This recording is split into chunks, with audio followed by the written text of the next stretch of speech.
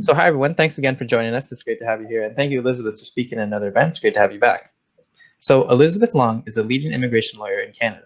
She's an active advocate of immigration, immigrant and refugee rights in Canada, and frequently presents and advises on immigration issues to organizations, universities, members of parliament, unions, and the media. She's also testified several times before the Parliamentary Standing Committee on Citizenship and Immigration on various immigration policies. Thank you again for speaking today, Elizabeth, and good luck with the presentation. Well, thank you very much for having me here. Wonderful to be here and talk with you. The presentation I am doing today is from my interactions with many people who find me on LinkedIn or the internet, and they one of the main questions they often tend to ask me is, can you find me a job? Can you get me a job offer? And it may seem kind of odd because I am not a recruiter, and we are immigration lawyers. But in the current immigration field, which is rife with a lot of different kinds of people and different, let's say, there are consultants, there are unscrupulous people who often tell people, I can get you a job, and if it may not be a real job, you may have to pay a lot of money to get the job, but it will be a job offer and you can immigrate to Canada. What happens in these kind of situations is that this is fraud, and people can get yourselves into a lot of trouble besides losing a lot of money to do so. It is true that in the Canadian immigration system, it is kind of a chicken and egg situation where oftentimes, the immigration permanent residence route favors heavily those who have worked in Canada or who have job offers in Canada. However, in order to get a work permit in Canada, and where you get, most of the time you have to have a job. So the reason for this presentation today is I wanted to talk about ways that people can get a work permit to work in Canada without having a job offer. Okay, so let me share my screen and we'll start our presentation. Apasena Sharma. Okay.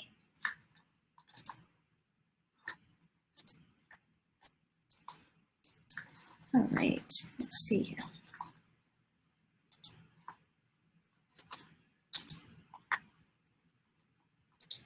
So let's talk about the different types of work permits. We have really two large main branches of work permits in Canada. We have the employer-specific work permit, and under the employer-specific work permit, we have LMIAs and non-LMIAs. We call them IMPs, Immigration Mobility Program work permits. These are ones where there's a specific employer listed on the work permit. I'm going to just briefly explain about these, but we're not going to heavily talk about these because these require job offers. Okay, what we're going to talk about today are the open work permits. There aren't too many of them, but there are enough that many of you can look to them to find ways to obtain a work permit in Canada. And the nice thing about the open work permits is that you don't need a job offer. You can apply for them if you qualify for them, and you can work for anyone in Canada. Okay, so let me first talk about employer-specific work permits. These are the kinds of work permits that require job offers. They're fantastic if you have a job offer, okay? Fantastic is a relative term. Let me say this: they are good in the sense that if you have them, you can and work there. You may be able to be on the path towards permanent residence. However, you are obligated to you're only allowed to work for the employer that's specified on the work permit. okay? And not only do you need someone to offer you a job, it's not just enough for a Canadian employer to say, okay, I want to offer Mr. Smith a job, okay?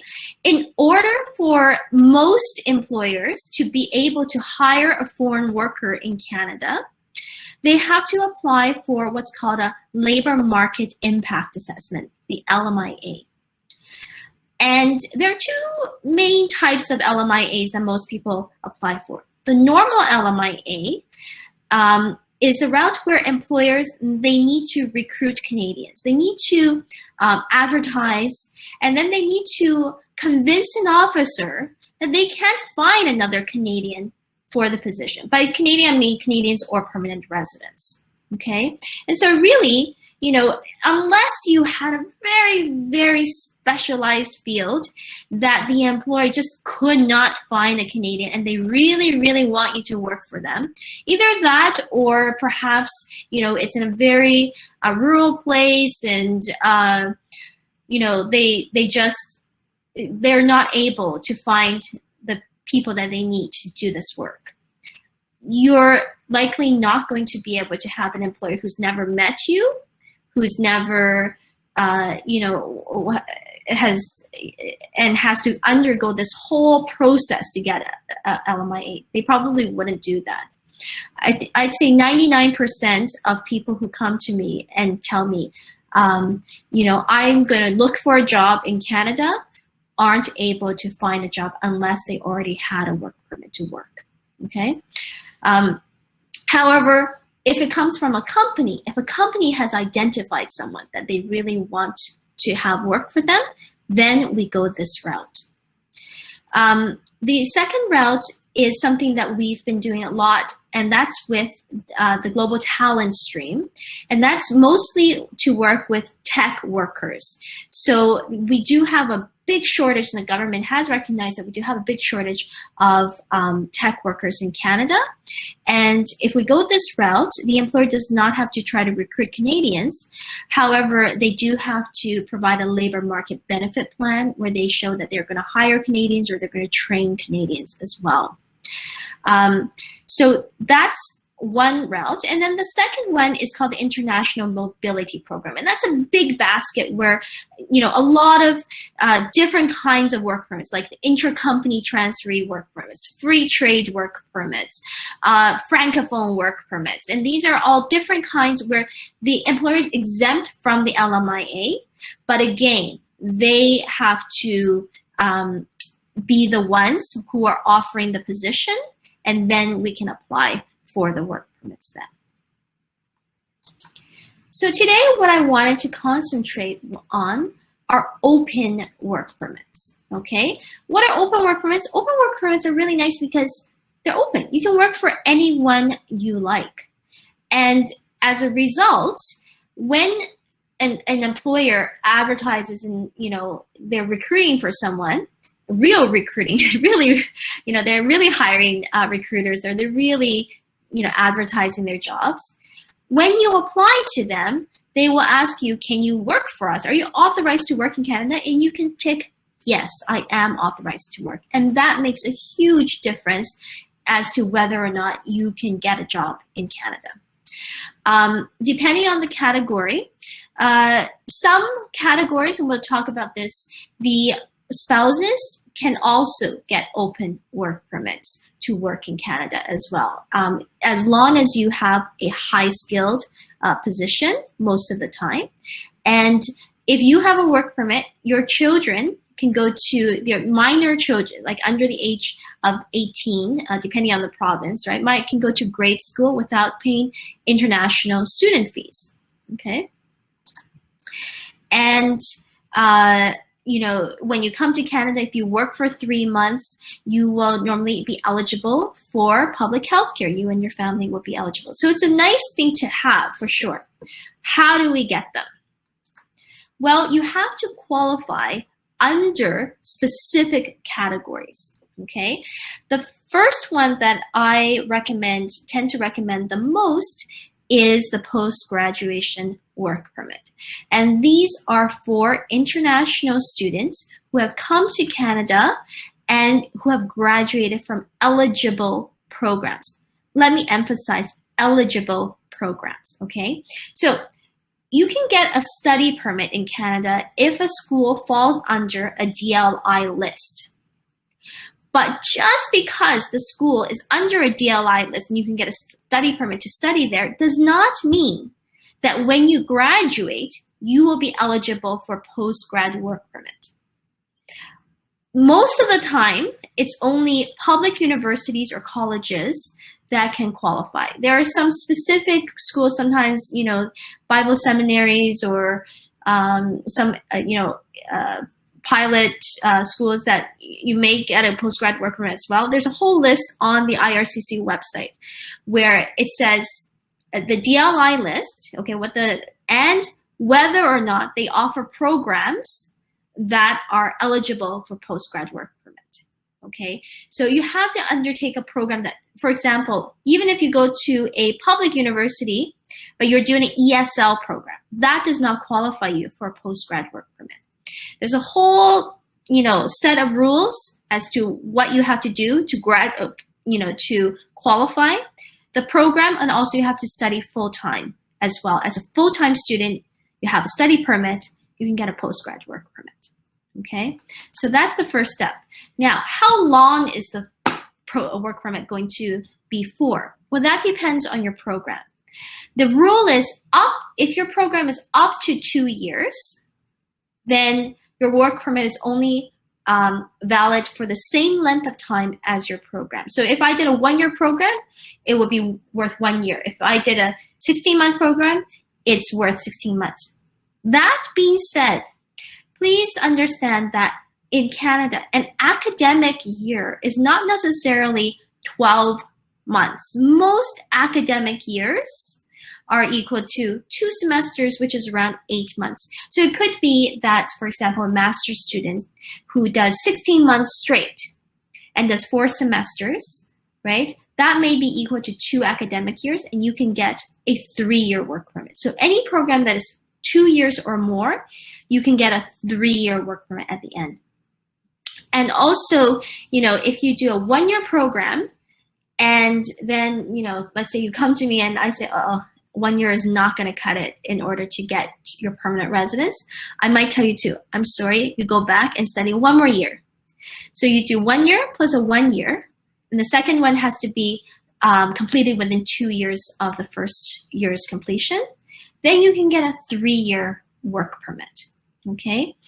This can be very important when we're talking about planning for permanent residence, because oftentimes you will need to have 1 year of work experience in Canada to have a good chance to get permanent residence. Not always, but often, okay? Depends on your own individual circumstance. And sometimes, if you only have a 1-year work permit and you're not able to find a job for 6 months, then that might not be enough for you to be able to get the work experience you need in order to get permanent residence. And the reason why is because, most of the time, oftentimes people, it's so easy for someone to get a postgrad work permit, it seems. They just graduate and apply. And then they come to me and they say, oh, my postgrad work permit is going to expire, so how do I extend this work permit? And the question is not how, it's can you? Okay, because these work permits are supposed to only be issued for a once-in-a-lifetime deal. However, there is now a special COVID extension, okay, for those just because of this COVID. It's not because of anything else, just because of this time, the government has announced that people whose work permits, here's how I say it. It's work permits expire before November 27th. So you can apply until July 27th, and your work permit has to expire within 4 months. That's why I say November 27th. So if you apply the last day on July 27th and your work permit expires November 27th, you can still extend it for 18 months. Okay, but this is a one-time deal, it seems. All right. The second one that I like to talk to you guys about is the open spousal work permit. Whenever I know that someone has a spouse, and by spouse, I mean married or common law. Common law means that you've lived together in a conjugal relationship, so not like roommates or anything, okay, for at least 1 year. And so if you can prove that you've lived together for 1 year, you're common law or you're married, then when you have that, I like to meet both people in the relationship together to propose a plan that includes the whole family, because you can often team up. You know, for example, someone is studying, okay, and they want to do, let's say, a 2-year program, okay? We can get their spouse an open work permit. So while they're studying, the spouse can get the work experience, and oftentimes the spouse then can be the principal applicant for permanent residence, okay? Also, work permit holders who work in high-skilled positions. So let's say you have a postgrad work permit, and your spouse, she had a work permit before, and now she wants to extend her work permit, right? How does she do that? Well, in order for your spouse to extend the work permit, you have to get a high-skilled position. Even though you can get a postgrad work permit without any job offer, for the spouse to get to get a work permit, you have to hold a high-skilled position, and then the spouse can get a work permit as well. Okay, but study permit holders, certainly you don't need to work. The spouse will get an open work permit, and the length of time corresponds with the spouse's study permit or the work permit. The length of time on a work permit is valid until it is expiring. Sometimes the study permit, a person will stop studying, will finish the program long before the study permit expires. That's okay. Even if the period of study for the principal applicant has ended, the spouse's work permit, which was issued to the end of the study permit, continues on until the work permit expires. Okay. All right. The next one I wanted to share with you is called the International Experience Class. The International Experience Class, first of all, more commonly known for the open work permit. They have a few different categories. The open work permits, the most popular ones, are the working holiday work permits. And they are for nationals of participating countries, okay? So it depends on your citizenship. Unfortunately, India, China, then we don't have the participating programs with them. A lot of European countries, some South American countries like Chile, Taiwan, Hong Kong, all participating countries, and Australia as well. And so if you're a national of one of those countries, and there's an age restriction as well, depending on the country, it could be 30 or 35, you're under that age, then you can apply for an open work permit to work in Canada. It's normally for 1 year. Sometimes it's for 2 years, but normally for 1 year, okay? There is also a limited time period when you can apply. As you might imagine, these programs can be very, very popular. It's just opened this Monday, actually, where they are accepting people to go into the pool.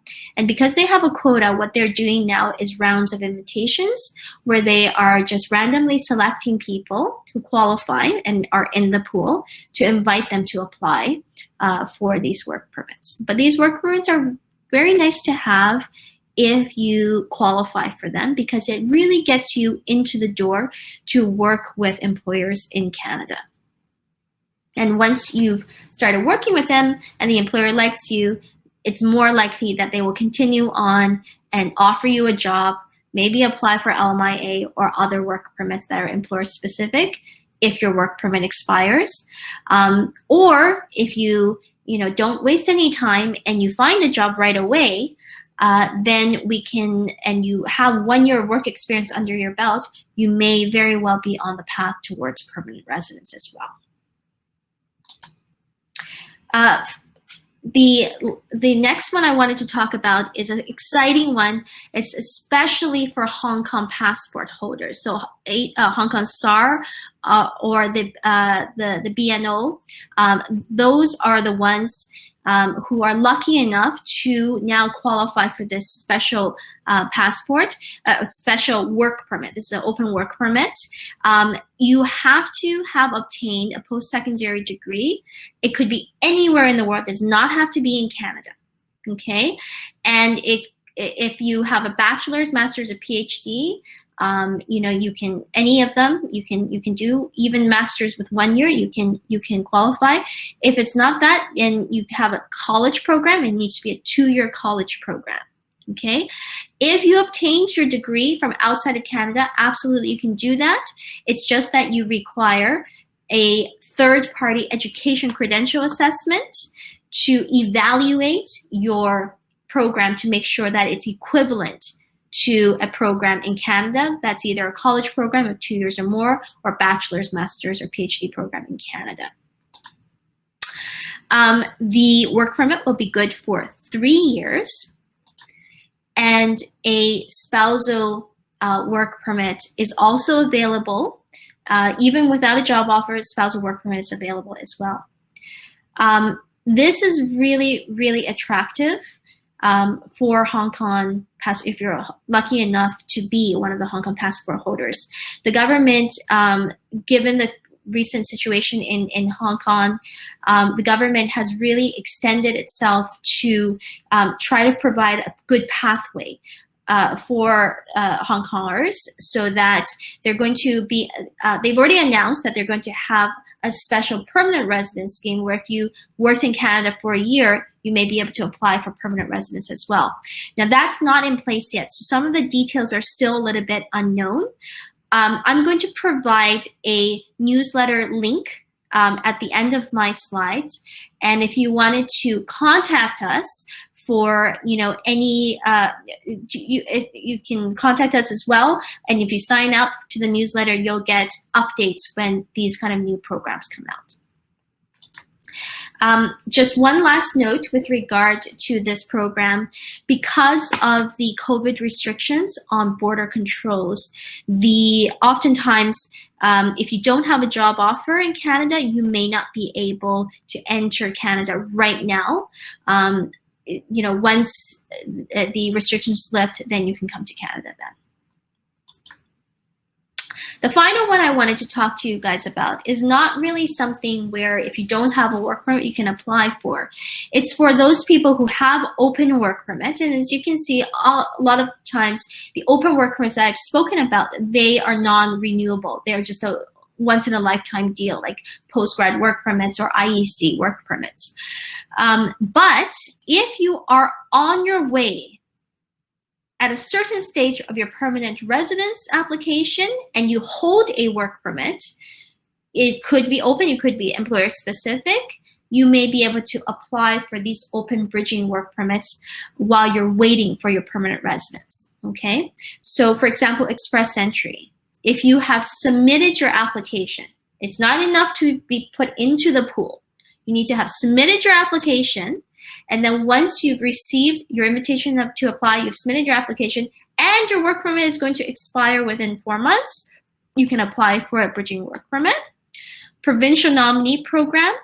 I'm not talking about the employer-specific provincial nominee programs. There are some programs, for example, in Ontario, there are master's students or PhD students who have who can get permanent residence without job offers. Okay, so for these people, you can get open work permits extended if you have received the provincial nomination and submitted your application to the federal government, and the federal government has come back to you with an approval in principle, and you hold a work permit that will expire within 4 months. The caregiver programs, if you've received the approval in principle and you have a work permit, or if you're on implied status, or if you're eligible for restoration, you can get the bridging work permit. Now, here's the thing about anyone who has submitted your application under the caregiver program, likely you would not have received the approval in principle yet. The government is extraordinary in the length of time that they have spent processing these applications. But if you had submitted a work permit along with your permanent residence, you would be under implied status, and you may be able to work under the implied status. Once you get the approval in principle, hopefully the bridging work permit will be issued then. The agri-food pilot as well, you would have received the approval in principle, and you hold a work permit that will expire within 4 months. All right, so what should you do next, right? Here's a little piece of some advice I have for you guys. A, have a plan. Immigration is 60% planning, 40% execution, okay? You must be able to know what you need to do, and then you do it. Okay. Now, oftentimes it may not be according to your ideal situation. You may need to study some more. You may need to, go and, do some sort of language testing or something. Once you have a plan, see if it fits within what you're willing to do, and then do it step by step and don't waste any time. Okay, because the immigration programs in Canada, they happen really, really fast, and they change very fast. And if you don't take advantage of what is in place at the time, you may lose out on the opportunity. Very important is that you do not make yourself inadmissible. What does inadmissibility mean? It means that you could be barred from being in Canada if you do certain things, even if you don't have a criminal record, right? You could be barred from Canada if you misrepresent. That's including, saying that you have a job offer or participating in something that you know it's not a real job offer. Even if you may be able to get permanent residence, if it is ever found out, even if you get citizenship, if it's ever found out that you participated in this kind of scheme and you misrepresented to immigration, you could have your status stripped. Okay, it's not worth it to go the wrong route. And if you're in Canada, try to stay in status as well. Staying in status, don't just forget about when your expiry dates are.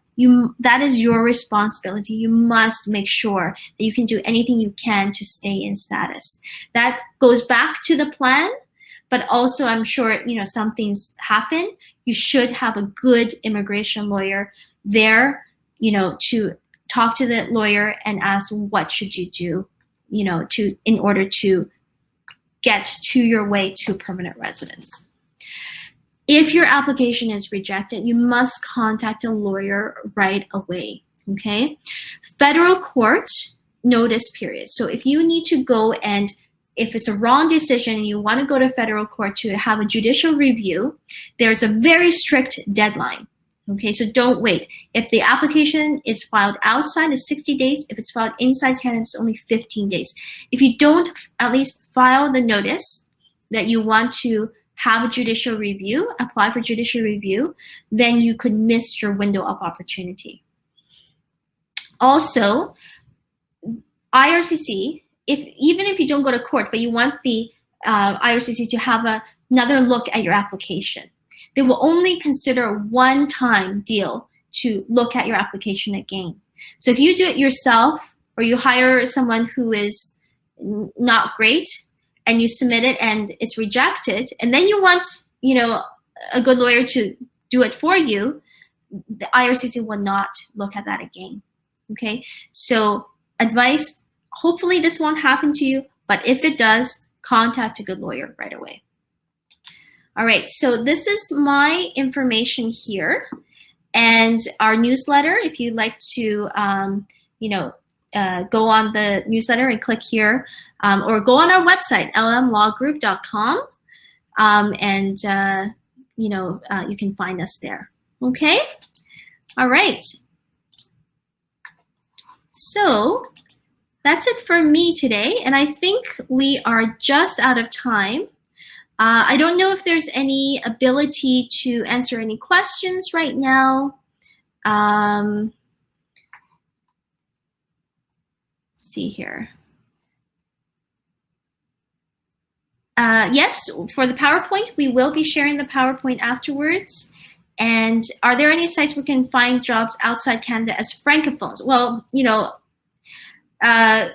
I think you can probably go to torontojobs.ca to see if you can find any jobs. If you're a Francophone, do come and talk to me, because there are some very good work permits you can get as a Francophone as well. If you have a job offer in Canada and that is outside of Quebec, then I can get you a work permit if it's a high-skilled position very easily. Okay? All right. Thank you guys so much, and have a wonderful rest of the day at the conference. Take care, everyone. Stay safe.